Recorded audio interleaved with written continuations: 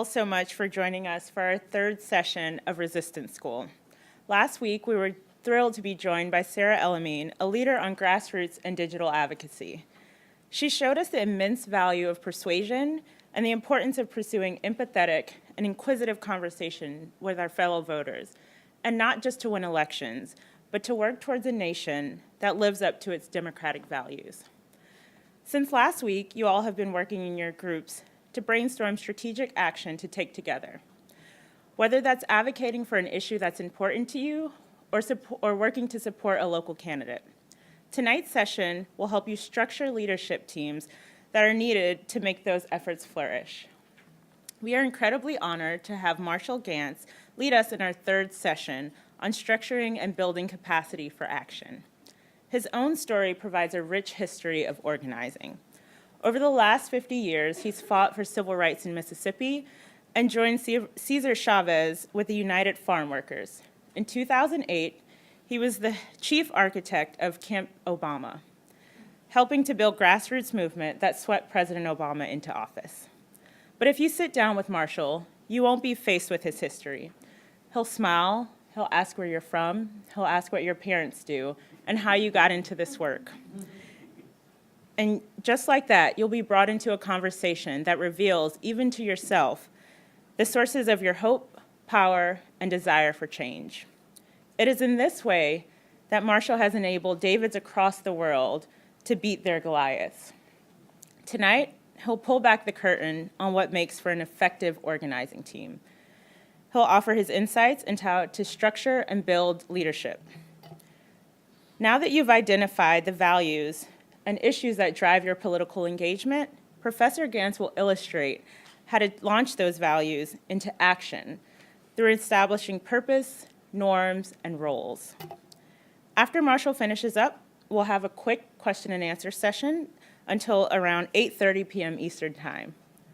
For that portion of the event, we will be fielding questions via Twitter, so feel free to tweet us at resist_school.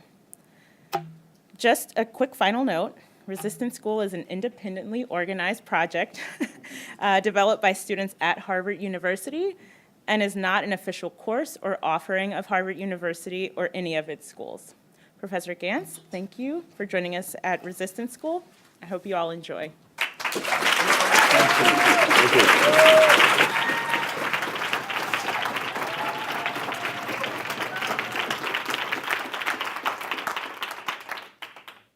Wow, that's already a lot to live up to.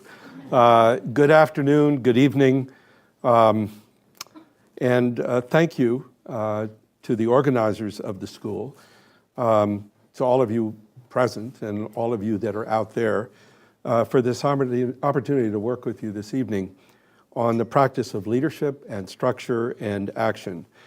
I especially want to thank the people that worked on this session.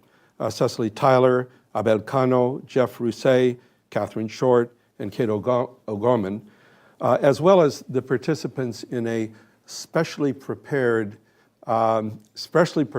really sophisticated, cool video that we're actually trying out as a pedagogical experiment in order to try to connect practice and theory in a more explicit and useful way.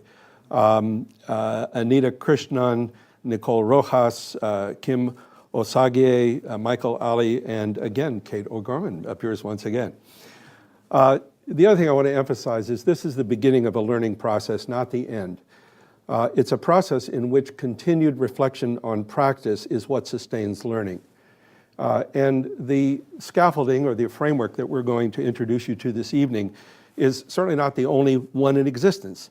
We found it to be useful in a variety of cultural and political and institutional contexts, but just like this work of changing the world, it is a work in progress. And so we invite your feedback, we invite your observations, your suggestions for improvement, as well as lifting up that which you found most helpful.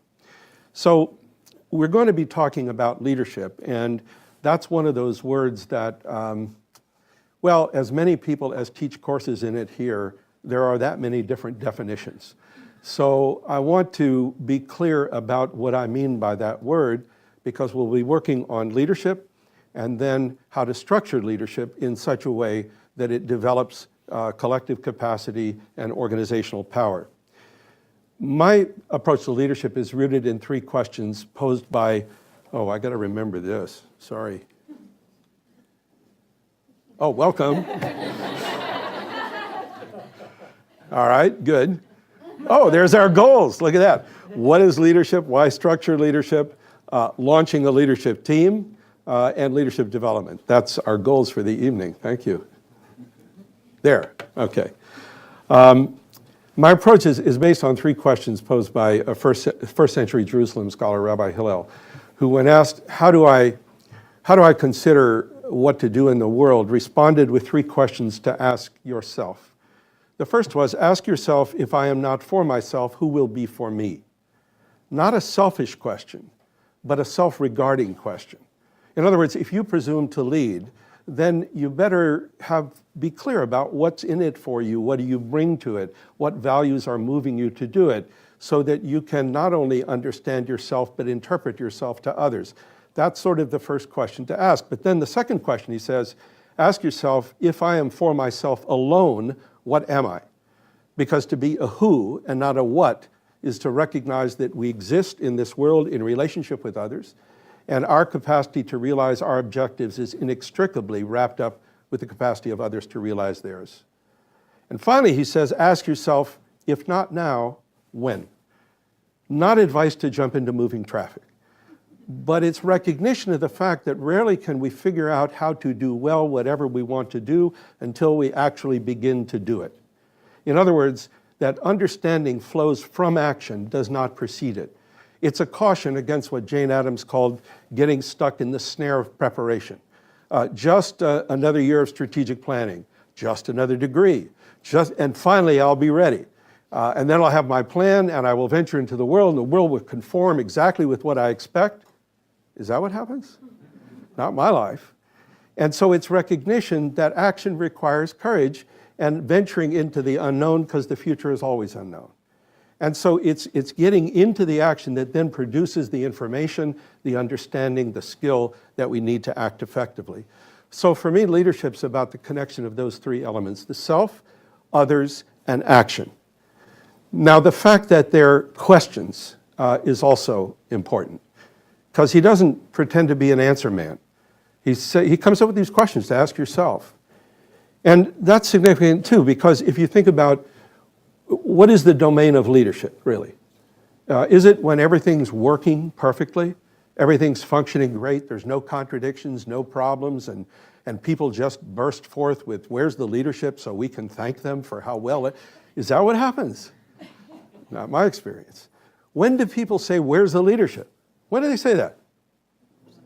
Problems, right? Dilemmas, contradictions, ambiguities. And so it's kind of having to recognize that the domain of leadership is not one of certainty, it's uncertainty. It's because that's the nature of it. So it is not about asserting control, but much more about pursuing purpose in the face of uncertainty. And that's problematic. I mean, it's a challenge to the hands. Do I have the skills I need to deal with this new challenge?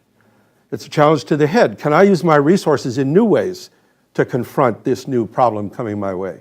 It's a challenge to the head, a strategic challenge. And where do I get the courage? Where do I get the hope? How do I inspire hope and courage in others? And that's a challenge to the heart. So leadership really then is a head, heart, and hands proposition. And appreciating that all are involved in this work of leadership is a critical piece of understanding leadership.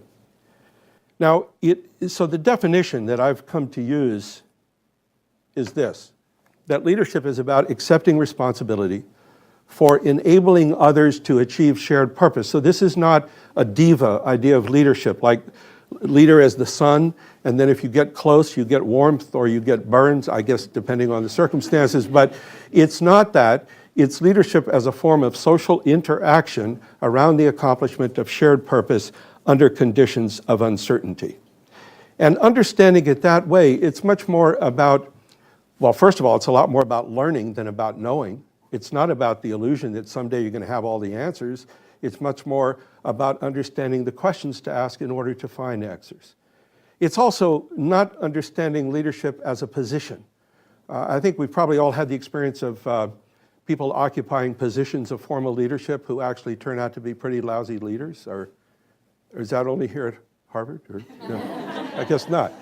No offense in particular, but no, I mean, it's understanding that not only is that the case, but we often meet people in communities, workplaces, neighborhoods, kitchen tables who are exercising leadership in the sense I'm using that word all the time, without the titles and without the formal positions. So it's thinking of leadership then as a practice rather than a person or a position, a way of doing things. Now, that's one fundamental dimension of leadership. Now, organizing, which we're going to focus on more specifically, is a particular form of leadership. And it's a particular form of leadership that begins with the question, not what is my issue, but who are my people? Who is the community? Who are the people with whom I am engaging in this work of leadership? What challenges do they face, and what is the change they need from the perspective of their lived experience? And how is it that I can work with them to enable them to turn their resources into the power that they need in order to achieve the change that they want? This is not about providing services to grateful clients. It's not about marketing products to customers. It is about engaging people in a community to bring them together as a constituency. And the word constituency comes from the Latin constare, which means to stand together. Stand together. It is to enable people to come together, stand together, learn together, decide together, act together, and win together. So that's the context in which we're going to be focusing in particular in our work. Now, that organizing or community organizing, although it may not have been called that, has a pretty long tradition, rooted in histories of many peoples and cultures. Really, wherever people have tried to claim their humanity by exercising their own capacity for agency and action. The tradition in which I was introduced to organizing has three very clear roots. The first, a faith tradition rooted in the story of some people who decided to exit slavery on a journey to freedom to try to find a land of promise. The Exodus story, which is sort of a fundamental faith source for organizing and this kind of work. It's rooted when the Greeks decided that they didn't need kings, that they could actually govern themselves, a civic tradition that's very rich. And a tradition of people figuring out how they could use their resources to assert their interests effectively. Does everybody know what a boycott is? Where you agree not? But, you know, where it began is interesting. It began on the island of Ireland. It turns out there was a British landlord who was abusing his tenants. There were tenant farmers. And the deal was that they had to provide produce to him in return for his repair of the land, of the necessities, the roads and all the rest. And he wasn't doing that. So they said, oh, you know what? We're not going to give our produce until you do your part. It took about 6 months, they won, and his name was Captain Boycott. So this British landlord then has sort of given his name to, so there's a popular tradition, there's a civic tradition, there's a faith tradition for doing this kind of work. Now,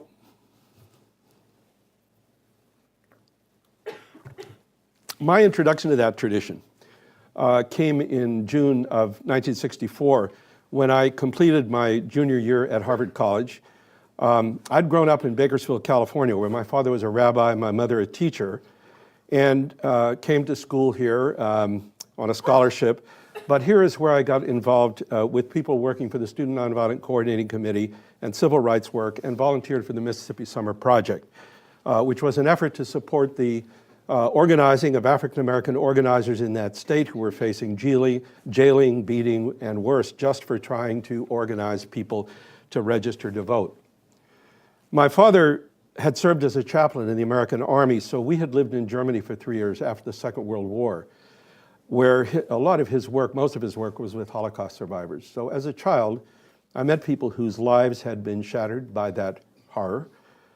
But my parents interpreted the Holocaust to me as not being simply about anti-Semitism, but about racism, and racism kills. You turn people into objects and anything can happen.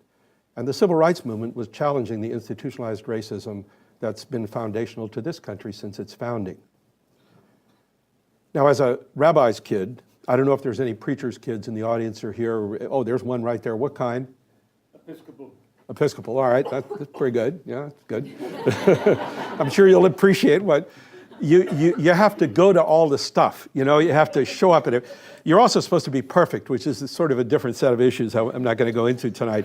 But I did love the Passover Seder, the story, the telling of the Exodus story with food, which was kind of cool.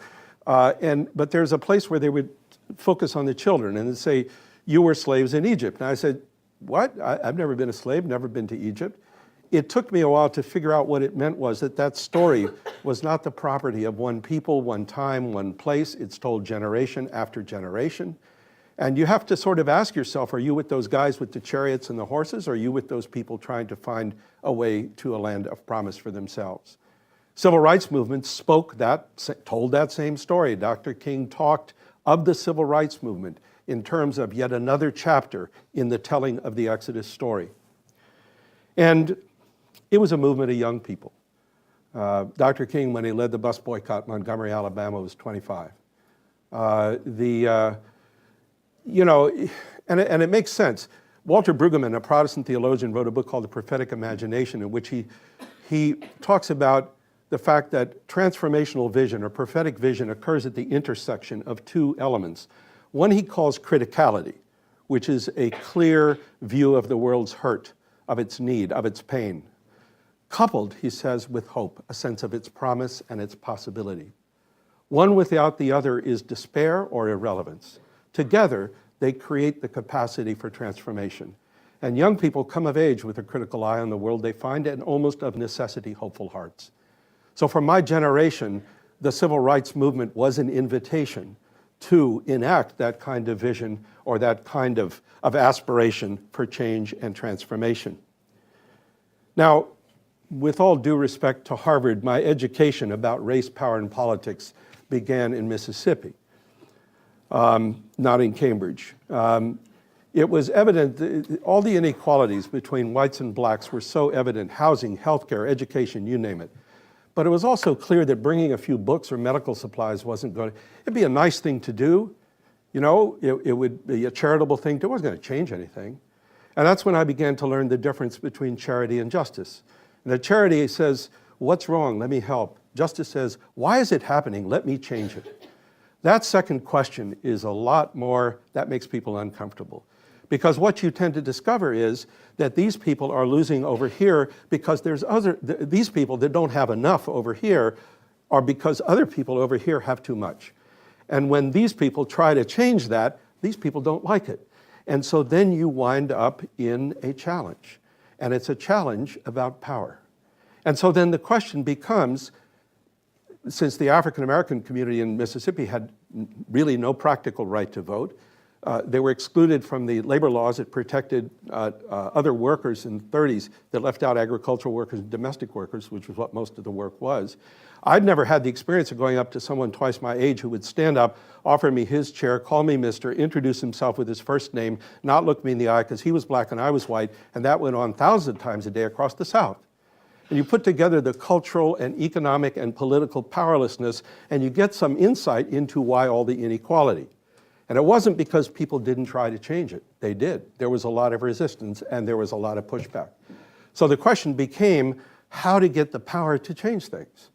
And some people said, well, you go to Washington, D.C., they'll solve it. Hi, Washington, can you give us a little bit of your power?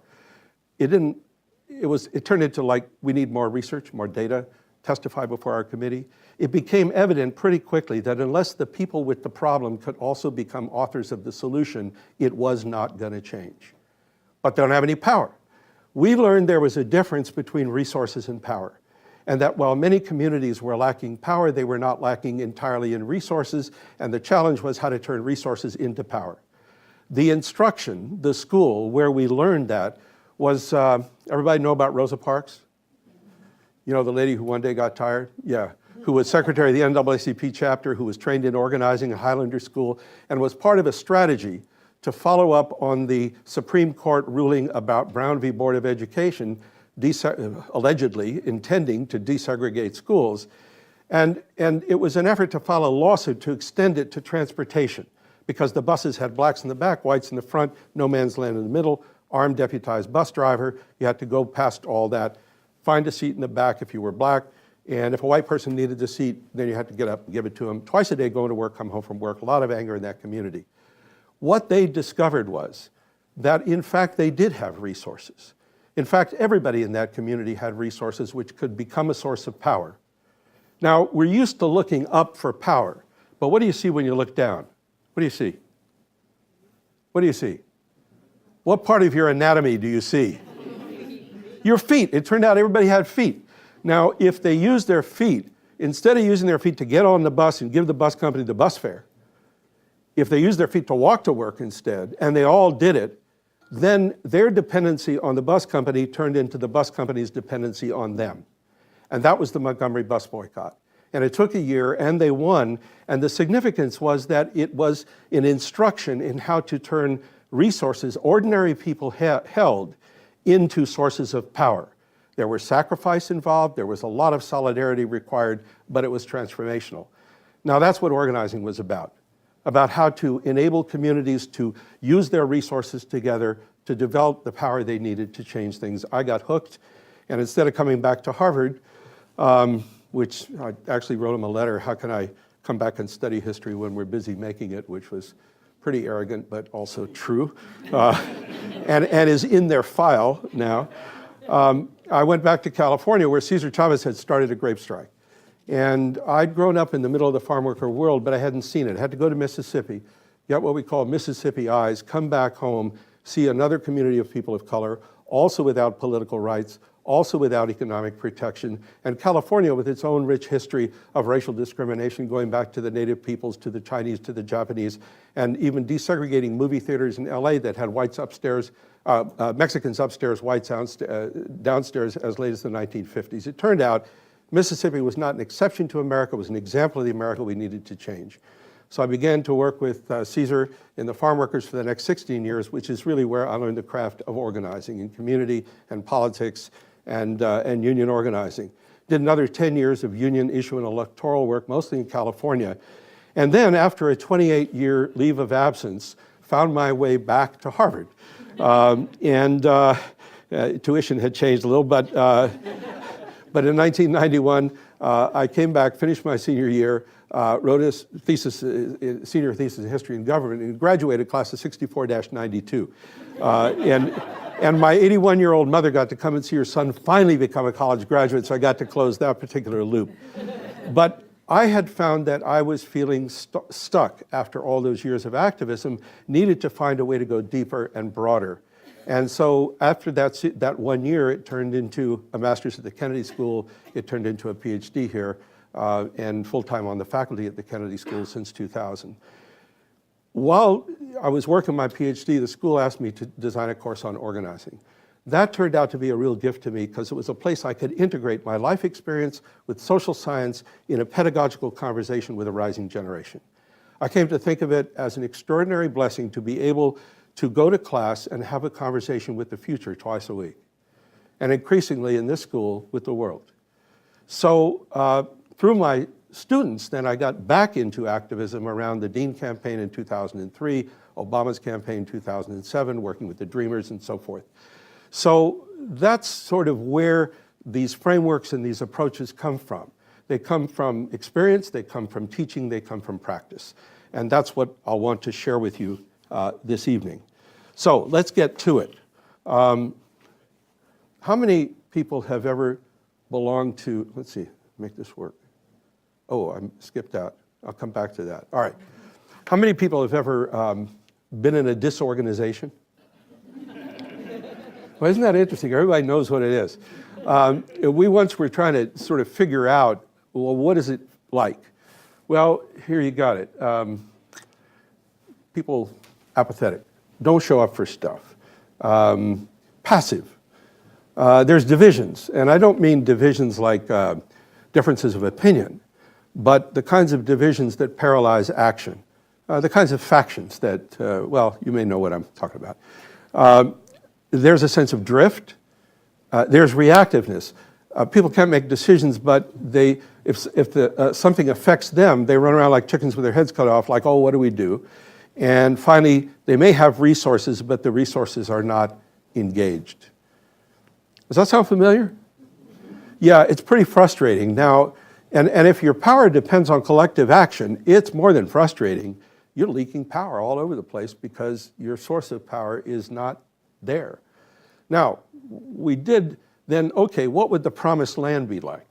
The place that really works. Here we are.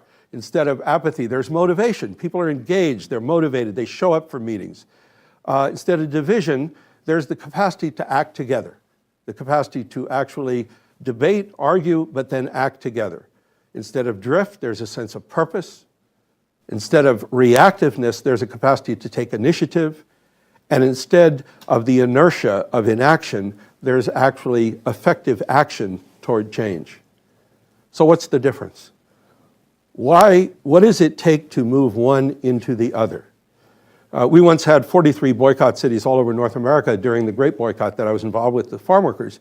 And we asked ourselves, why do some work and others don't work? And there were a lot of theories, like where the churches are strong, where the students are strong, where the unions are strong. We found exceptions to everything except one thing that didn't. And here revealed for the first time, oh, it's leadership. Okay. What we learned was the question was not leadership in the sense of smiling personality or charisma, but it was certain kinds of work that was being done. And if there was motivation instead of apathy or inertia, it was because they'd figured out how to access their values for the emotional resources for courage and action through the telling of stories. That's kind of the whole role of narrative, is that capacity to access sources of hope, sources of courage, and sources of connection. If there was unity instead of division, it was because someone was working at building relationships with intentionality, because relationship building is really the foundation of organizing work. Lateral relationships, that's how you get to collective capacity, not by a bunch of individuals just acting as individuals. It's the relational capacity and the learning that comes from relationships. If they were able to act with purpose instead of drift, they developed a structure that enabled them to make decisions, to coordinate what they were doing, to follow through, and not simply react. If there was initiative instead of reaction, there was strategizing going on. And finally, if there was change instead of inertia, they'd figured out how to turn their resources into clear, measurable action that amounted to change in the world, whether it was votes or money or people or whatever it happened to be. Now, that's all you got to do. These 5 practices are really how we structure the learning and teaching of organizing. How leadership can work with the resources of a community through the development of a shared narrative, relationship, structure, strategy, and action in order to achieve its goals. Now, tonight, we're going to focus on one facet of that. And the facet we're going to focus on is the one in the middle, structure. And structure is one of those words that is a really interesting word. And so is leadership, for that matter. I mean, it's very interesting, the sort of the reaction we get. I don't know, you see that dot on the screen? See that dot? You ever been a dot? You ever been in an organization where, like, it's all coming at you, kind of like that? How does it feel? It's pretty awful. Have you ever tried to work with a dot? That's not so great either. Now, it's really interesting because it's a very problematic thing, and especially it happens a lot in volunteer organizations, and then people say, well, nobody will help me, or I'm so burned out. Well, why? Well, Nobody, well, did you ask people? Well, no. There's this problem of being able to see leadership as something more than one person telling everybody what to do and trying to make everything work all by themselves. Does that resonate at all with folks? Now, sometimes we react to that so strongly, and that kind of a constraining structure, dysfunctional structure, that we go over here. We don't need that. We don't need that dot. In fact, we don't need any dots. In fact, we don't need leadership. In fact, we don't need structure at all. You ever had that experience? Does that work great? Joe Freeman, a feminist sociologist in the 70s, wrote a piece called The Tyranny of Structurelessness, in which he talks about the fact that human beings, when they get together, they structure themselves. And it's either going to be visible, accountable, transparent, and open, or it's going to happen anyway, but it'll be factions, personalities, lack of accountability, who's really... Does that sound familiar at all? Well, see, it doesn't have to be one or the other. And what we've been working with in recent years has been an alternative, which is thinking in terms of leadership as a team project. Now, this challenge that I'm talking about is not a new challenge. We asked people to do advanced reading. I don't know if folks here got that. I know folks out there in the world got it. Did you get notice of a reading? Yeah, the Exodus 18. Yeah, see, the reason I asked people to read that story from the Bible is this is not Bible class tonight, but this problem that I'm describing has been around for a long time. And this particular problem, the account in this story, is about Moses, who has always been interesting to me because he's a Jew who was an Egyptian. He was of the oppressed, raised in the house of the oppressor. It creates an identity issue for him. He struggles with it. So there's a lot to learn from his struggles. And in this particular struggle, he's sort of halfway through his journey, and his father-in-law comes to visit and shows up with his wife and his 2 kids and says, hey, Moses' wife, 2 kids here, just want to remind you a little bit about that.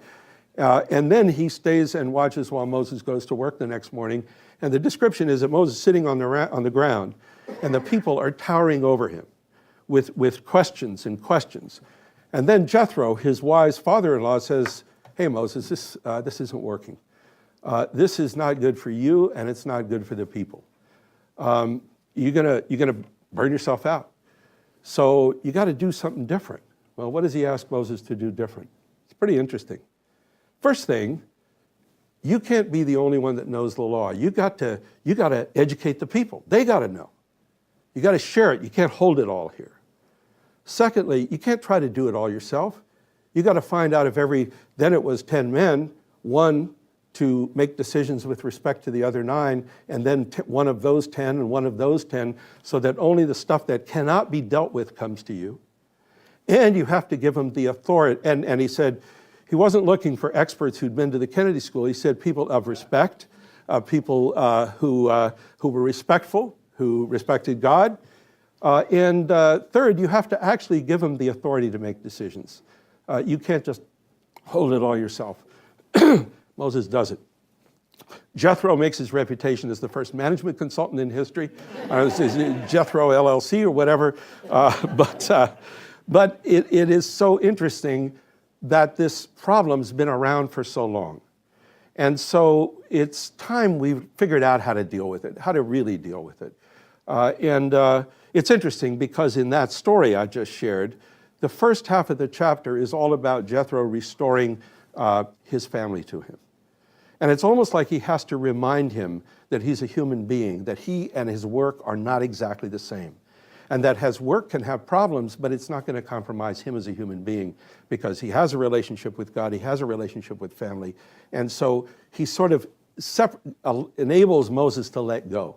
And that's a big part of what this is all about, I think, is developing our own sources of confidence, of trust, of caring for ourselves, that we're able then to interact with others and share leadership and not hold on to it. Okay, so this is one way to do that. And this came out of work that we were doing with, yes, this came out of work that we were doing originally with the Sierra Club with a student of Richard Hackman, who taught here for many, many years about teams and how teams work. And we put together what we knew about organizing and leadership and what we knew about how teams work to develop an approach to leadership teams. And we got to test it. Originally, we figured it out dealing with the Sierra Club and why chapters were, some worked and others didn't. Then we got to introduce it into the Obama campaign at Camp Obama's, where we launched leadership teams as the basic mechanism for organizing local communities, as opposed to the one isolated individual who would come to a training, go back, and then be inundated by the waters rising over him or her. We found that working with people in a team, in a collective like that, could be much more powerful. Not only that, but it could also enable the team to grow. Each team member could then build their own team, and in turn, build their own teams. In other words, it became a way to scaffold the development of leadership deep into a community and a movement. So it doesn't wind up with just one person, it doesn't even wind up with one team. Yet it's coherent, it can be focused, and decisions can be made. And I use these charts a lot, but I had a student from Venezuela who came in one day and she said, that's really boring. I think you could show it much more effectively this way. And she said, well, see that dot you have, it's like this. It's kind of clunky, nothing much happens, doesn't move. But if you develop that distributed leadership structure, then you get this. And there's the space to grow and to learn, to get to scale, and if you hold your part up, then it holds up the whole structure. So this is the idea in organizing, is to go from this to this. It also glows in the dark, and you can play with it, too. It's called a Hoberman sphere. There you go. Yeah, don't get hooked on it, because you can have it easily. All right, so teams are interesting because we actually know a lot about what makes them work. I mean, there's athletic teams, there's string quartets, there's teams all around us. Yet when it comes to volunteer work and political organizing, we tend to sort of just, put it in another category and not learn from it when we all do have experience. And we've all had experience with teams that have worked, and we've probably had experience with teams that have not worked. Is that so? Yeah, and so we have and we even have had experience maybe coaching teams or being coached by people in teams. So one of the things that we've learned is that it's very clear what it takes to make a team work. Now, if a team is working well, what we call a real team, then it'll accomplish three purposes. One, its probability of achieving the goal, whether it's winning the game, performing the music, turning out the voters, will go up. But second, it will grow in capacity. It will grow. Have you ever been in a campaign where, a campaign you may even win, but then you don't want to ever see anybody again that was involved in that campaign? You know what I'm talking about? It's like a battlefield, strewed with... No, it's... So what have you really done? Well, maybe you won this, but what about the future? What have you built? Have you shifted power in any way? Well, not really. You may have won that one little thing, but what comes next? How do you make sure it's followed through on? So the second thing you get is a growth in capacity, not just achieving the goal, but building capacity. And the third is, for the individuals involved, they'll have an opportunity for learning, for growth and development. Nobody winds up in a situation where, you just do that horrible, boring thing that you can't, it's a test of your commitment if you don't stick with it. You actually structure work in such a way that it motivates engagement, as opposed to being a test of commitment, which happens way too much in this kind of work. So that's what you can get. And it's really interesting. This work was done with cabin crews in airplanes, where there had been problems with crashes and miscommunication. Also been done with symphony orchestras, where musicians, very frustrated by the fact of having no autonomy, just being a cog in a machine. It led to the development of the Orpheus Chamber Orchestra, where they have no conductor. It's entirely through leadership teams that they perform their beautiful music. Now, in order to get there, there's a set of, wrong way. Okay, set of conditions. The first one is that it has to be clear who is on the team. Now, it's quite surprising. A lot of organizations, they do surveys and find that a lot of confusion. Oh, there's 7 people. Oh, there's 4. Oh, there's 8. I don't know, you ever been in one of those kind of teams where, who's going to show up this week? Well, I don't know, maybe it's 8. And whoever shows up gets to make decisions, right? I mean, because we don't want to be exclusive and leave people out. So now imagine a soccer team that worked that way. Imagine any team that worked. Oh, today we'll have 7 players. No, we'll do 3. Well, yeah, and I mean, it's ridiculous, isn't it? So why do we allow that in work that is actually, I'd argue, far more important, especially at this time in the life of this country? I mean, we've got to take seriously what it takes to build collective power. And it starts by being clear who's responsible. This is not about exclusion or inclusion. It's about being clear who will make the commitment to do the work that it takes to provide consistent leadership to an organizing effort. So bounded is number one. Second is stable, and they sort of go together. It's sort of like, okay, I'll serve on the team for 6 months. That's cool. That's it. How many of you have had the experience of you go to the meeting, and then half the meeting is spent telling the people who didn't come to the last meeting what happened? And then the next meeting, you know what I'm talking about? What are we doing with our time? I mean, it's crazy. It's deeply disrespectful. I mean, here we are, we make a deal. We're going to work together to do this. Oh, I just don't show up. Oh, yeah, take all your precious time and fill me in. What? Where's the respect in that? Where's the mutual commitment in that? So, stability. And third is interdependence, that the team is constructed in such a way that the capacities, the skills, the orientations, the perspectives are interdependent, that they need each other, and that they need each other to succeed. So I have an interest in your success, you have an interest in my success, as opposed to, oh, you're looking too good. I don't know, I got to sort of figure out how to make you not look so good so I can look. You know what I'm talking about? That never happens here, I didn't know. So there really is a way to be very strategic about this. Now, let's say that you have those conditions, so then the question is, okay, what do you have to do in order to launch a team? And that's what we're going to focus on for the rest of the evening.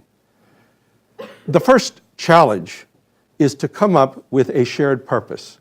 One of the sources of the greatest dysfunction in a team is when people are confused about what the purpose is. And the second is to come up with clear norms or ground rules or community understandings, really mechanisms of self-governance, where you actually decide you're going to govern yourself in these ways. And third, clear roles, like what the responsibilities are and how they're matched up. Now, to be a little more specific about that, when it comes to purpose, there seems to be 3 elements in coming up with a shared purpose. First, what's our goal? What are we trying to accomplish here? Are we trying to increase voter turnout? Are we trying to pass a new law? Are we trying to achieve world peace, but our first step will be to get Cambridge City Council to pass a resolution? Or what's our purpose? Why are we together? And then secondly, we're a leadership team. Who is it that we're organizing? Who is it that we're providing leadership to? Who are we working with? Who's our constituency? And thirdly, what kinds of things are we going to do? Are we going to, have leafleting campaigns? Are we going to do voter registration? Are we going to develop leadership? Are we going to have a sit-in in City Hall? What kinds of activities? Now, that's the first piece of work. And in just a few moments, we're going to show an example of how that can work, and then debrief. The second piece is about norms. And you say norms, and right away, lots of people, well, we don't need any norms. I don't want norms. Or we're all adults here, we don't need norms, we're grown-ups. We don't have to do that kind of stuff. We respect each other, we're not children. That's usually a sign that group's in big trouble. Because what norms are about, they're about making a compact with each other about how we're going to work with each other. And the critical elements are, how are we going to make decisions? Not when we're facing a tough decision, but now. so that when we face those tough decisions, we're prepared. There's no one right way to make decisions, but the critical piece is to be prepared with a way, whether it's consensus or voting or fist of five or whatever it might be. The second thing is about how you deal with commitments. You know, this thing of like, I said that I would do X and I show up at the next meeting and, oh, geez, you know, I had a lot of work to do. Well, what do you do with that? Everybody just says, oh, well, that's tough, you know, I get it. Any accountability? Any opportunity to coach this person about, well, how did they try to do it? Maybe they didn't know how. Maybe they needed more help and didn't ask for it. Or is it just passed over and then we have a new norm in which commitments don't mean anything anymore? You know what I'm talking about? See, norms, unless they're honored, they change. Time is a third, a really important norm. You know, we show up on time, we're going to end on time. Somebody wanders in, you know, a half hour late. Nobody says anything. Everybody just kind of looks down, ignores it. What's your new norm about time? You can show up whenever you want. So norms don't mean anything unless there is a mechanism through which there's a correction. It's addressed, it's recognized, and appropriate action is taken. Now, this isn't like punishment. This is accountability. And it's really about respect. It's really about, we make a deal, well, we got to honor the deal. And see, this exercise in self-governance is really fundamental. We talk about democracy and democratic practice and wanting to honor democracy. Well, we got to start with honoring these kind of constitutional moments in the groups within which we work so that we honor the hard work that everyone is doing in those groups and the values that are at stake. Then there's roles. How do we design the roles? Is it because, you know, so-and-so always wanted to do X, or is it because, you know, if somebody puts me in charge of finance, boy, they make a big mistake. Roles require looking at first, what are the outcomes? It's not like stapling stapling leaflets or something. The role might be to be responsible for communication. And how are we going to evaluate that? It also needs to reflect capacities. What does this role require? And what do our team members bring? It's like I was saying, if somebody wants, you know, somebody to design a class, and that's part of the role, I'm good for that. You want me to do the books? I'm bad for that. And so it's not so much about popularity, or it's about trying to match the resources of the people on your team with the roles that they require. And finally, when it comes to organizing, a critical piece is constituencies. In other words, a lot of the roles on a team involve somebody responsible for this town, for that town, for the other town, or for this community, that community, the other community, so that it's very clear that it's an outward-facing team, not an inward-looking team. You know, sometimes a team can become a dot too, where you have a team dot, and all they do is talk to each other, and they really have a great time, and they do lots of strategizing, but they never reach out and mobilize anybody. So it's structuring it in such a way that that actually happens. And finally, there's a question of identity, which is crucial, that the team have a name, and believe it or not, that it have a chant. Sounds silly, right? Actually, it's not. So what we're going to do right now is take a look. And our teaching team, we don't have an official name for our role players, do we? The resistance role players or whatever. Maybe that would be good. Have worked very hard to give everyone an opportunity to see what this might look like. And so what we're going to do is look at a clip. The first clip we'll look at people working to create a shared purpose. And then we'll have a chance to debrief that. Then we'll look at people designing ground rules, norms, and look at that. And then at roles, and then at identity and chant. So, you know, the limitations that we have in the constraints of time and space, we'd like to put you all to work right now doing this, because that's really the way to learn, is through practice. It's like you got to get on the bike to learn to ride the bike. I mean, you know, how many people have learned to ride a bike? You learn by studying bicycleology. I'll bet not. And you get on that bike, and the first thing that happens, you fall. And that's when the moment of truth is, whether you're going to get back up on the bike knowing you're going to keep falling for a while, because that's the only way you can learn to keep your balance, and that's the only way you can learn this stuff. It's by practice. It's getting on the bike. You're going to fall, but then then you learn from the falls, and then the falls get less and the balance gets more, and that's kind of what it's all about. So this is an effort in that spirit to give an idea of what that might look like. And so for folks out there, this is the first clip is about 7 minutes, and then we'll debrief it. Take a look, join us, hang in there, do not go, this is not the time to go to the refrigerator or whatever.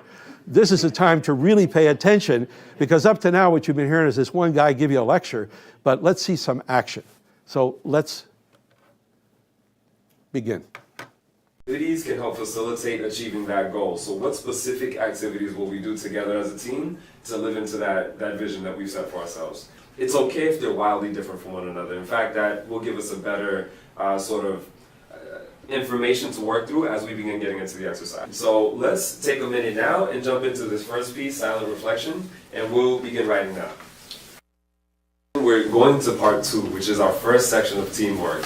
What we'll do in this section is essentially each person will read out their statement, we'll capture it on the flip chart behind us, make sure that it's reflected there, and then we'll circle areas of synergy or agreement. I know that there's going to be a lot of difference in what we're sharing, and that's okay.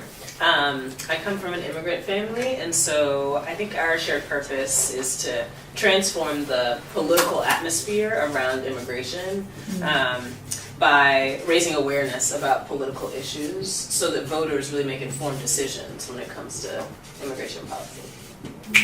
That's great. Hey Kimberly, I'm sorry, can you repeat the who and the what?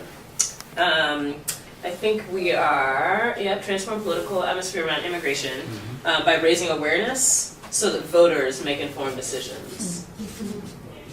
Raising awareness, great. And when you say raising awareness, do you have a particular tactic or event in mind? Maybe it is like at voter registration drives, how we actually communicate some of the policies. That's great. And when you say folks who are going to be voting, do you have a particular sort of constituency or a group of people, maybe even a part of Massachusetts in mind? We could think locally. We could think of the Boston community. I think that would be cool. Okay, Yeah. Boston community specifically. And are you thinking like young folks, older folks? Do you have anything in mind? Ooh, it'd be great if we were talking about new voters. Oh, that's great. That's Yeah. great. I just want to lift that up because that level of specificity is actually really helpful to help us clarify where we're going to focus. So our purpose is to stop the school to prison pipeline by empowering college and high school students in Massachusetts to get progressives elected to office and hold politicians accountable by doing teach-ins on campus, voter registration, direct action, and meetings with elected officials. Okay, great. So what we'll do now, everyone has had a chance to share. So we have a bunch of really good ideas on this board, and there are some differences in what we put up from one sentence to the next. So what we want to do is actually focus first on where there's some similarities, where there's some commonalities, and what could our team potentially focus on. Beginning first in this what category for the vision, transform political atmosphere around immigration, increase civic engagement, stop school to prison pipeline, activate 100,000 new organizers in the U.S., improve civic responsibility, empower voice of local community to speak out. And now you could just shout these out. I'll circle the ones that you all say. Yeah. I love the empowering voice one. I think that's really good. All right, do others agree? Yeah, Do others feel that? Okay. I also love this thing around civic responsibility. Civic responsibility as well? Yeah. Okay. Later. So under the who category, we have Boston community, new voters, oppressed voters in the South, North Carolina particularly, but there are other places we could focus. Massachusetts college and high school. Just shout out, what community will give you the most energy to organize around as a team? Given where you are, where you live, what you're focused on. So go ahead. I think it's really important to maybe be thinking outside of Boston. I know there's a lot of Massachusetts up there, but it's pretty good here compared to other places. And so I think it'd be really important to think about the South or something like that where things can be tougher. But Okay, so this is good. This is a good question, right? So what we want to do is just lead with seeking to understand, and then try to make a decision together. So, Cato, could you say a little more about why you feel like focusing outside of Boston would be important? there hasn't been a systemic, like recent, like pushback against voter rights in that type of way here in Massachusetts, but there have been that in other states. And so I think it's like really critical for us to be thinking outside of our community and thinking about communities where we can go make a difference. Okay, so thank you for lifting that up, right? We want to hold the opinions as we move through this process. What I want to name is that we're going to come back to this point, and we're going to come back to where we differ in our opinions. And what we want to focus on first in this step is really thinking about where there's similarities and commonalities in the entire group amongst what we've already put up on the board. So Kate, again, I hear that difference. I'm wondering, is there a place where you do see some energy if you were to focus on another region? Low turnout, like voters who who feel like they're not part of the system then, because then maybe I guess I could learn something that I could take to another community later. What we'll do is take a minute. Hamilton. What I else? think house meetings I think that's a really good idea as well. House meetings. That's great. And let's circle just a couple more, maybe one or two more. So I think it's super important to do like voter registration times, like Yeah. actually getting people in the voting Yeah. booth, ready to go. I agree. Next. Part number 3, we're returning to the world of individual work.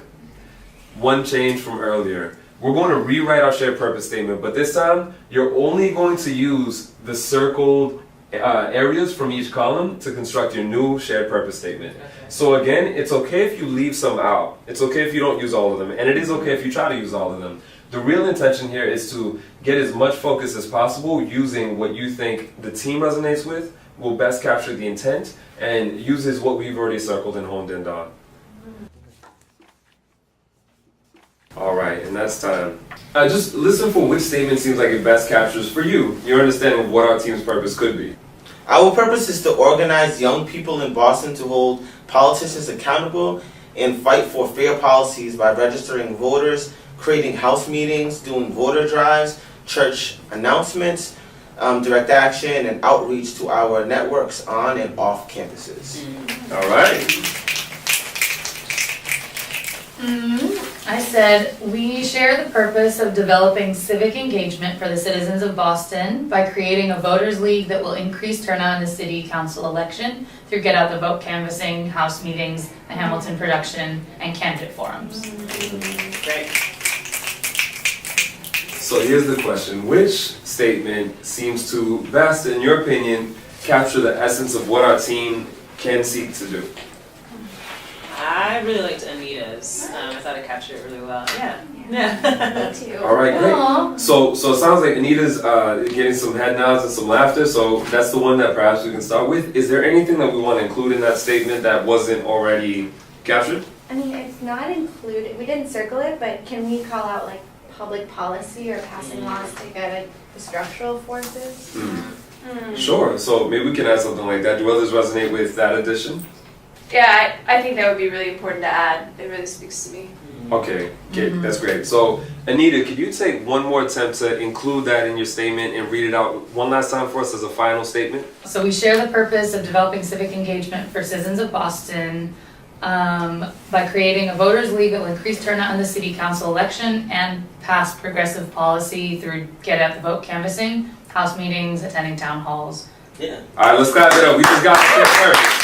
Okay, well, let's have an applause for our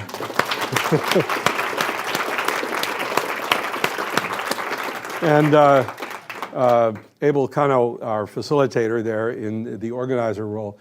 So what made this work? What made this work? Anybody, shout out. What made this work? Structure. What about the structure? What kind of structure? The facilitator, that was important. I mean, did you see what he was doing? Why do you think he, in that first encounter, he was pressing for clarification? Did you notice? Why do you think? Why is that important? Clarity. And getting out of the air into something you can actually see and getting as clear as you can about what the intent is. Facilitator was important. What was important about the structure of the exercise? It was iterative, very important. Because that way, see, the rule is good enough, not perfect, to get to the next step, because that's how you get to a first draft. Otherwise, you're stuck on the first thing and you never move beyond it. So it's being able to move forward that way. What else? The iterative thing is very, very important. What else? Well, now, how did they go about that, though? See, and this is important for consensus for like a constitutional moment, like a shared purpose. How did they go? What did they focus on first? Commonalities. See, the interesting thing here is often when we say, what's our shared purpose? You say, I think we should protect whales. And somebody else says, no, I think it's about fish. Okay, so then we get into a debate about whales versus fish. And right away, we're defining our whole discourse in terms of our difference rather than our commonality. So the point here is to create a mechanism through which we can identify the commonality so that within that context, we engage honestly the difference, which he did. When Kate brought up the question about a different approach, and there's an opportunity then to identify the differences, discuss them, debate them, and address them. So the structure of this exercise is meant to give everyone a voice, to give everyone ownership in the purpose, to get as clear as possible, and to find the points of convergence around which this group can now own a purpose, go to work, and because they own it, they're going to be a lot more motivated to do it. Now we're going to take our second look here, our second on, let's see, this is going to be on norms. Okay, norms. What we're going to do now is set up our team norms, beginning first with how we make decisions. We have a few options, I just want to name them. So we're going to make this decision by consensus, meaning all of us need to agree on what we decide to vote on. We can go majority rules, which means because we're a group of 6, if most of us are in agreement, then that'll be what we vote in. How do we want to make decisions together? I think majority rules. Anita, I hear you, and at the same time, what do we do if somebody's really opposed to what the majority is deciding? How do we make sure we hear what they're saying? Yeah. Sometimes consensus can be very difficult, so I don't know. Majority might be. I wonder if there's a way for us to do both. So maybe we say that our priority preference is that we are racing towards consensus, and that's the ideal. But in instances where there's true dissent, right? There's some voices that really have a strong opinion. We use the majority rules in those cases. So let me reflect back what I think I'm hearing is we could strive for consensus, and if maybe we have a time-bound amount of time within which to have that discussion, and if we have that discussion for that amount of time and still can't agree, we take it to majority rules. How does that sound? Great. That sounds good. I'm on board. All right. So let's get some snaps. We just decided how to decide. All right. So we've just gotten to the next section. This is about our norm correction. So essentially, it should be playful, maybe even slightly embarrassing. But why is this important? Why does it matter? We've just agreed to commit and respect each other in particular ways. So what happens if a norm is broken and we never acknowledge it? For example, if one of our team members, we've just acknowledged we want to start and end on time, but a team member comes to the meeting 15 minutes late and no one says anything. What just happened? It becomes like the new norm. It just doesn't matter what rules you've set at all. Yeah, I think that's right. So we want to be sure that we're lifting up our norms and just honoring that commitment to one another. A few examples that I've heard in the past are for someone to come in and do a yoga pose / love bomb. So they'll do a yoga pose and compliment sincerely 2 to 3 members of the team. That's cool. Another one is to do a full body dance for 15 seconds while producing your own music. Kimberly's into the dancing, all right? That's awesome. See, guys, I like this. I just I don't know, I worry that we're embarrassing each other. Do we really need this? I think I know you guys well. We're gonna hold our commitments up. Yeah. Okay, I appreciate what you're saying because it's grounded in a place of really trusting the rest of the team, which is a good point. But I'm wondering why do others think that it might be valuable to have a way to just acknowledge whether the norm was broken and just name it when we're as part of the team? Does anybody have any thoughts on that? I think that, having norm correction is not so much about spotlighting the error, but more so honoring the commitment of everyone's time that they're investing into what we're doing together. Yeah. And it's just a way for that person not to come in feeling like they're bringing the team down, but saying, hey, we're all building each other up. I guess it's something, if we phrase it like that, it's something I could live with. Okay, that sounds good. Kate, again, I appreciate you raising that. Okay. What do folks think would be a fun, engaging, slightly embarrassing, but honoring the commitment norm correction for the team? Full body dance. Plus food. Full body dance plus food. How do you feel about that? Cool, let's clap it up. We have more. Okay, norms and norm corrections, full body dance plus food. Yeah, there's been a lot of creativity in that area. So what about this? What did you see work here? What did you see as problematic here? I mean, it's just very interesting, this norm thing, because it's one of the things people have the most trouble with. And you sort of say, well, what's really going on here? And I don't know, it seems to me like what's really going on here is whether or not we're really ready to accept responsibility for each other and with each other for how we're going to work together. And so, you know, some people say, oh, public shaming. That's not the point.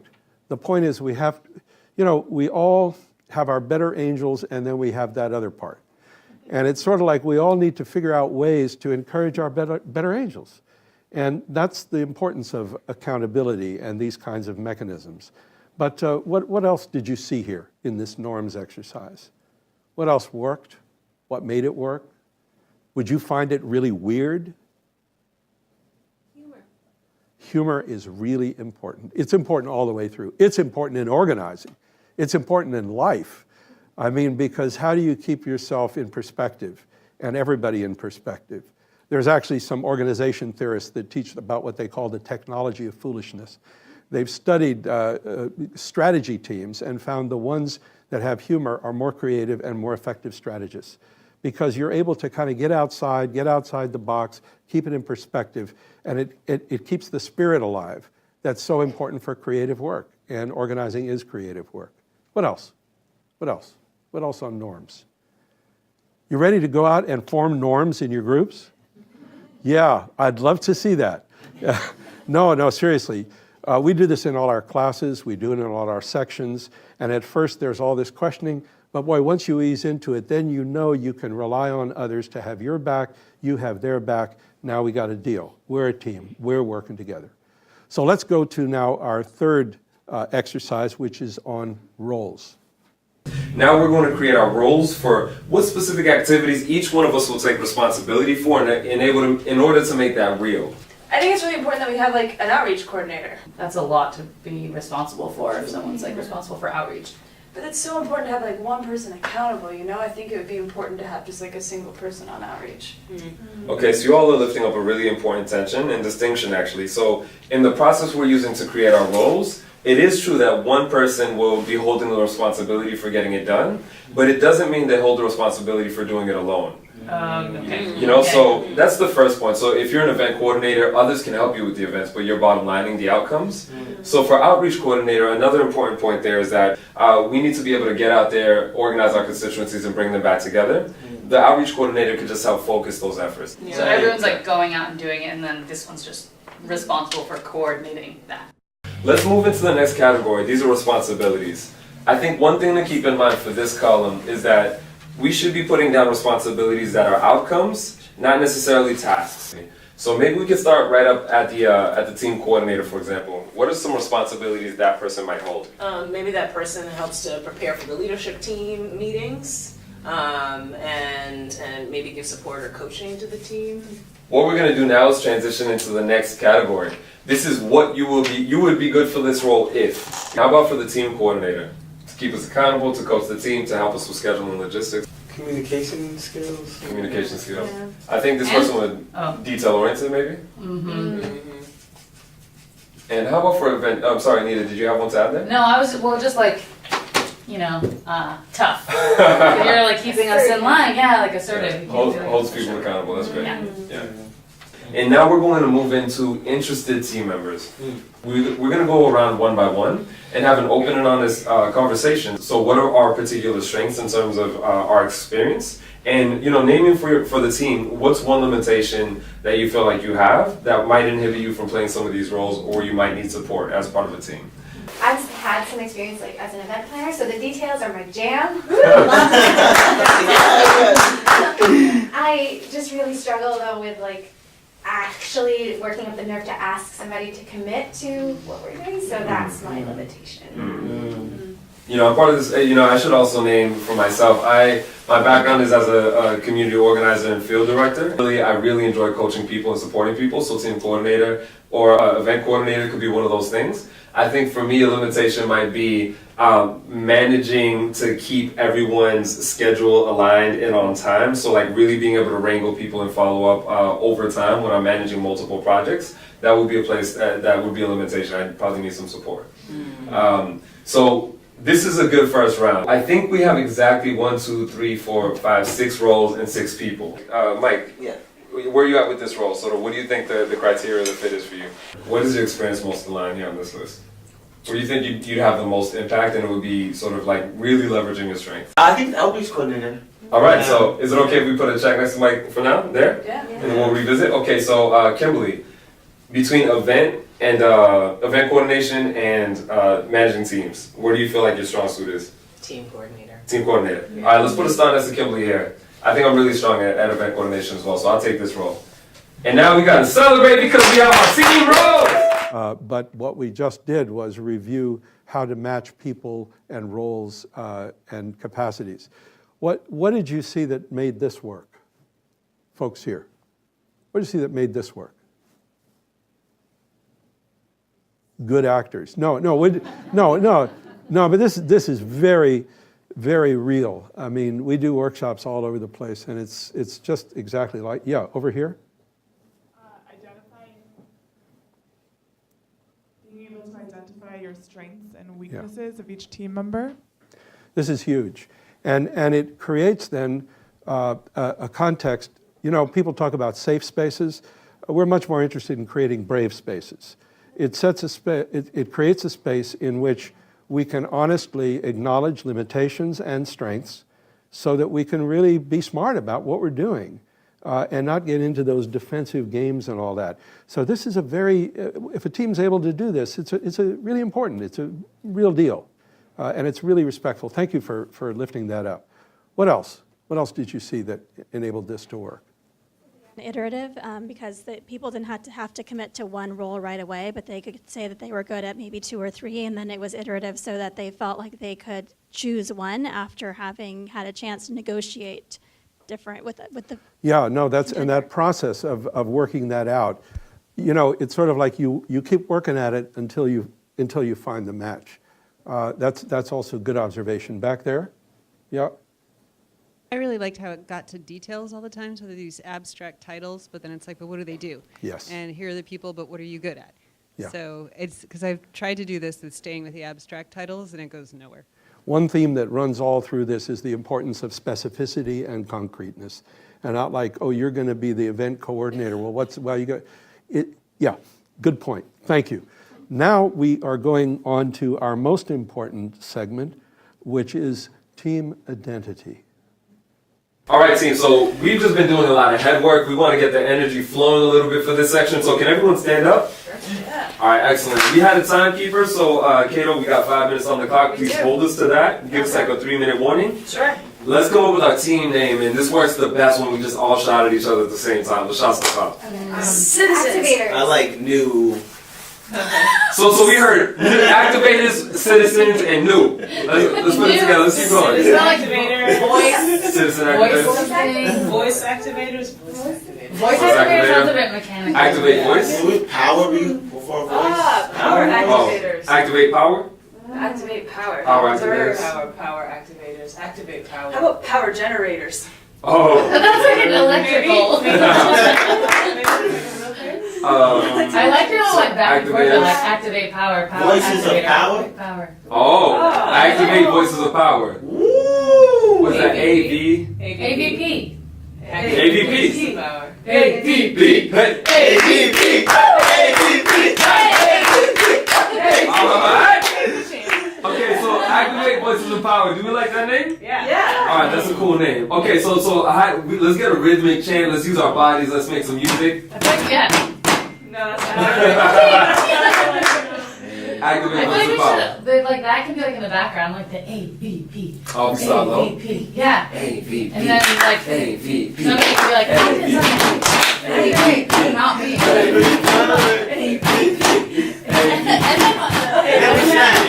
Activate.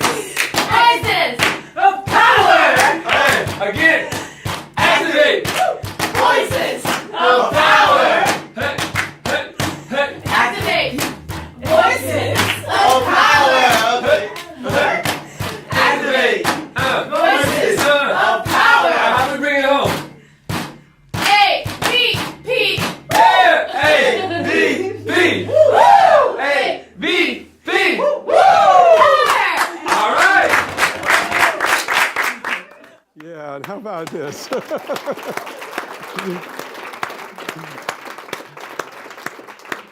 I think we should acknowledge the folks that are among us who participated. Come on, Anita, where's Kate? Kate was always the objector over there. Who did I miss? Yeah. So, what'd you make of this? The chants and the name. Why do it? Physical. Yeah. What else? Sense of unity. Yeah, absolutely.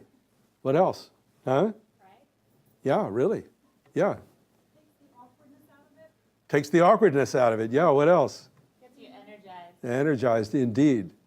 You know, we focus sometimes so much on the head part that we forget about the heart part. You remember we talked about head, heart, and hands. And it's so important to continue to nourish the heart because it's sort of a way of celebrating and honoring the values that are being enacted through this work. And it's a way of honoring our own commitments, the values we hold, and really the joy we can experience with others when we work together to really change the world. And so it's not a trivial thing at all. It's interesting, this chant exercise, at first people will say, oh, we've done it with people in China, we've done it with people in Japan, we've done it in the Middle East. Everybody does it they bring their own cultural inflection, but everybody gets the significance of celebration. And celebration is not just like going to have a party in the bar. That's okay. But celebration is coming up with these kinds of experiences that name us, we share it, and we get to express it and really savor the good work we're doing. So again, we should have an applause for the team that put this together. They were up until 5 this morning doing the final clips on this thing and working on this. So where's Cicely? Is she here? Where? Our guru, our film guru. Yeah, see, this is the first time that we've tried. Do you think this works? Yeah. I mean, it's the first time we've tried to do clips and then debrief and clips and debrief. You know, we can't do it, everybody practice, but we thought it would be good to try. So again, let's have an applause for the folks that did this. I think really,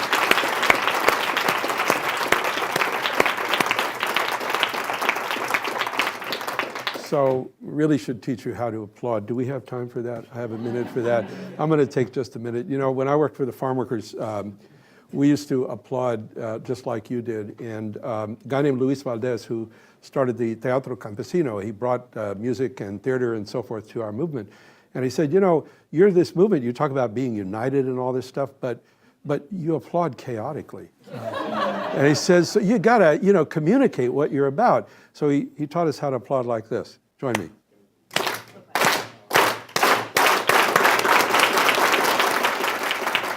Now, for many years, that was known as the aplauso campesino. And any place in California you heard that, people said, oh, that's the farm workers, that's the farm workers. We were doing a Latino Camp Obama in 2008 in New Mexico. A young woman had been working in the Filipino community, and she said, yeah, that's nice, but we don't think it had sufficient solidarity. Oh, okay. So this is what we did. Join me.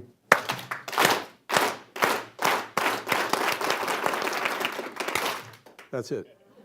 See, it's all about the coordination at the end. So it's about time to wrap up. And we have now a few moments for some questions and reflections, observations. The chart that you see, identify, develop, recruit, is what it indicates is that what we focused on tonight was launching a team. But the work of leadership development is ongoing. And unless the work of leadership development is built into the way in which the work of a campaign is organized itself, it's not about one person doing it all. It's finding opportunities to create spaces in which people can earn leadership by holding responsibility, not just in this initial core group, but out to the next tier and the next tier. Even if it's like wearing a button, coming to an event, figuring out how to make as many people possible as part of the action. Often in economic enterprises, the issue is how do you do things with fewer people, because people are a cost. In organizing, it's a question of how can you do it with the most people, because people are viewed as an asset. because it's investment in that asset that grows our power and grows our capacity. So that's what identify, develop, recruit as an ongoing commitment. That creates the infrastructure to do the great strategy, to do the actions, and all the rest of it. So we have questions? What do we have? What am I? Oh, here. Sorry. Thank you. We're going to start with some questions from our online community Oh, that's okay. watching. Sorry. We'll There'll come be back to you. time for in-person questions soon. So our first question comes from Sarah on Facebook, who asked, "Is there an optimal number of people to have on a team?" 4.3. No. No, I mean, a leadership team, for a team to actually function as a team, probably from 5 to 7, something like that in that domain. That's not meant to be restrictive, because then each person can have their own team, and you can sort of, we call it snowflake out, like that thing there. But if it gets too big, it just doesn't work as a team. And so it's figuring out how you can structure stuff so responsibility really is allocated in ways that it'll work. Our second question comes from Kim on Twitter, who asked, "Do you have tools for helping people narrow their shared purpose when there is so much to choose from in the who, what, and how?" Yeah, have a long meeting. Have a good facilitator. See, the other thing is that this exercise presumes that there has already been some work done by sharing personal stories, by having one-on-one meetings, by learning more about your group, about what the values are that you share, about what interests you have, about what resources you bring. And that background or foundation for doing this kind of exercise, I think, is indispensable. And so that helps create a context where you have a better sense of how to focus. Also ask Abel to come be your facilitator. That's also very helpful. Our final question, comes from Caitlin on Twitter, who asked, "How do you turn online enthusiasm into in-person action? And where do you begin in a group that's already 13,000 people?" What would Jethro tell Moses about this? I mean, how do you turn online enthusiasm into, you got to get the people together.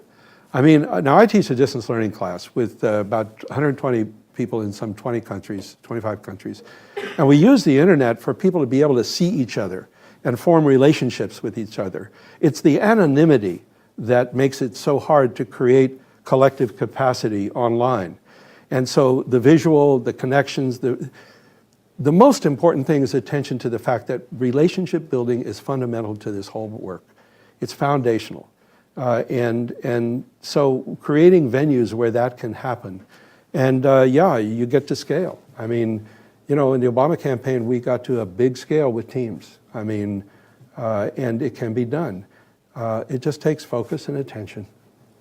Thank you so much. And do we have time for?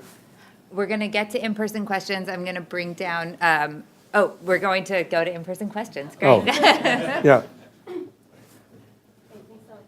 Thank you, Marshall. So my name is Nina. I'm an organizer with Indivisible Somerville. Oh, great. So good. Thanks. Yeah, you're That's welcome. it. So this is like my biggest fear right now, organizing this group. I'm really scared to set norms because I think that we as a culture are incredibly busy, especially here, and also we are commitment phobes, right? So I'm worried that if we set expectations that we will turn people off of activism and we will turn them off from saying like, I can do this, I can give this small amount. How do you work with that? I guess there's a couple ways to think about it. One is that we think that people will commit to things because they're easy. But if you really think about the things that you commit to, don't you make those commitments because they're valuable? In other words, because you think that it will make a difference, that it'll matter. And sometimes these things we so trivialize. It's sort of, in 1 hour a year, you're going to change a child's life. Well, come on. Nobody believes that anyway, and nobody would do it. So it's making clear the value that's created at this end, but everybody knows there's no value without some cost. There's no better future without some sacrifice. I mean, that's reality. Our lives teach us that. And I think being upfront with people, respectful with people, not underestimating them, I think is crucial. Because, you know, what you're doing, you're not asking them for a favor, you're giving them an opportunity to make a difference at a critical time in this country's life. And wow, that's a big deal. That's a privilege. And so, yeah, we need to take seriously our commitments to one another so that we honor that. Does that make sense? Yeah, that does. Thank you. That's good. That's a really good framework. Yeah, thank you. Thanks for that. I really appreciate that question because, yeah, that can paralyze us. And this moment is a moment of incredible opportunity in this country. I mean, you know, the question of how to turn resistance into rebuilding, reaction into action, I think that's kind of where we are. And we have an opportunity, if we are able to seize on this motivation that's all over the country right now and turn it into a proactive force, not just to be against something, but for something. I think we have an opportunity to really rebuild progressive politics in America. And so there is a lot at stake. And it doesn't happen just in the big ways. It happens by having clear roles, norms, all the kind of work you just saw illustrated here. The details really matter. You know, Beethoven paid attention to every single note. And you know, when it comes to the work of organizing and leadership and community building, you pay attention to every single note. That's how you make a beautiful composition. And that's where the love is expressed, I think, is in that. So yeah, I really appreciate that question. Do we have time for any, okay. Because, okay, there's one more back there, and then I have a little song I want to share. Hi, my name is Sydney. I'm with an organization called Fair Shot for All. I have a question about celebrating a volunteer and celebrating an action that's been done. I know that's something we've been trying to work on, and I don't know if you have any advice on that. Like, how do you mean? How do you celebrate them and you know, they've done an action, they've taken, you know, Yeah. they've called a representative, they've done something Yeah. for the organization. So how do we keep them committed to the cause and celebrate them for what they've done? All right, anybody got ideas? How would you celebrate folks that have been involved in the campaign doing all? That's one. All right, that's good. That's good. You know, things that bring people together that allow them to see what they've accomplished, you know, which isn't just at the end. I mean, when you see progress being made, it's sort of a sense of efficacy that I think, and also recognition, efficacy, recognition, but honoring the work that's been done. I mean, I know so many campaigns are just awful at that. You know, like, oh, I just canvassed. Oh, well, we'll see you next week. Not what happened. You know, in other words, the celebrating goes on all through the process, not just at the end by honoring the work that's being done. But yeah, get them all together. Have a party. No, but not just a party. I mean, have, you know, skits. No, I mean, really, look, everybody here participates in celebrations of all kinds, family celebrations, school celebrations, sports celebrations. We're very good at imagining that. So thanks for the question. And I think I just want to wrap up with a song. I'm not going to sing it because in the 4th grade I was told, please just mouth the words, and that was the end. A very terrible teacher that I had. But no, this was a song Judy Collins recorded in the 60s about the Civil Rights Movement. And it uses the word freedom, because see, the Civil Rights Movement never called itself the Civil Rights Movement. It called itself the Freedom Movement. And freedom is a much bigger word. It's about dignity, it's about community, it's about hope, it's about possibility, it's about so much more than legal rights. And the song goes like this: freedom doesn't come like a bird on the wing, doesn't fall down like summer rain. Freedom is a hard-won thing. You have to work for it, you have to fight for it, day and night for it, and every generation has to win it again.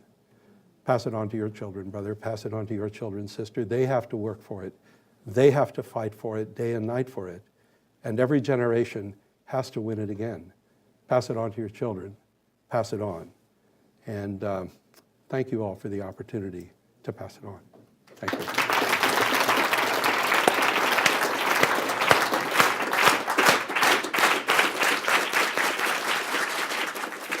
Oh, very good. Thank you, Professor Ganz, for that incredibly enlightening and dynamic session. Thank you. Tonight, Professor Ganz led us through the essential steps to creating long-lasting teams for collective action. The interactive video and accompanying training tools that he and his team put together for this session will lead your group through each stage of this process. Are you ready to launch your own teams? On the Resistance School website, under Session 3 Materials, you'll find the same agenda and process used in the video model we saw tonight, as well as a virtual coach to guide you along the way. We're asking you to engage in that process and then report back to us your team's name, your shared purpose, and your chant. Yes, we want to hear your chant. So we can all begin to see and hear the nationwide movement that we are building. Next week, we are honored to be joined by New York State Assemblyman and Vice Chair of the Democratic National Committee, Michael Blake. For the closing session of the first semester of Resistance School, Assemblyman Blake will bring together all of the lessons we've learned throughout this amazing month. As someone who spent his career leading in different realms of the political arena, Assemblyman Blake is the perfect person to guide us through a session on building strong coalitions. His deep knowledge of the history and undercurrents of political life in the U.S. will provide insight into what it means to take this from moment to movement. In order to make the most of that session, you'll want your leadership team launched and ready for action, so make sure to find the Session 3 materials on the site tonight. Thank you again for joining us tonight. We also want to thank our friends at Varvid for their video and live streaming expertise that continues to help us bring Resistance School to all of you. We can't wait to see you for our 4th session of Resistance School, when we'll dive in to how to sustain the resistance long term. See you next week.